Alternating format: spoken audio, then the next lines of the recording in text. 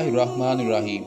हज़रत अवैस करनी रज़ी अल्लाह ताला अन्हु के बारे में जिस तरह हमें ये मालूम नहीं होता कि आप रज़ी अल्लाह ताला अन्हु ने किस किस्म की तालीम हासिल की होगी, तो इसी तरह हमें ये भी नहीं मालूम होता है कि आप रज़ी अल्लाह ताला अन्हु का मज़हब क़ब्ल इस्लाम क्या था।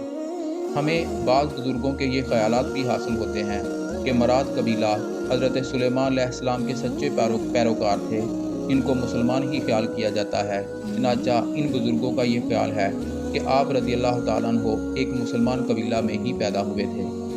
हज़रत अवैस करनी रज़ी अल्लाह ताला अन्हु ने इस्लाम कब और किसकी तरगीब से हासिल किया, हमें ये तो बिल्कुल भी नहीं मालूम हो पाता है। बल्कि बिल्कुल इसी तरह हमें ये भी नहीं मालूम होता है कि आया आप रज़ी अल्लाह ताला अन्हु के कबीले वालों ने भी इस्लाम कबूल किया था कि नहीं। इस बात पर तकरीबन सभी तज़किरा नवीस मुत्तफ़िक हैं कि आप रज़ी अल्लाह ताला अन्हु को अल्लाह अज़्ज़ा व जल ने सालेह फितरत अता फरमाई थी।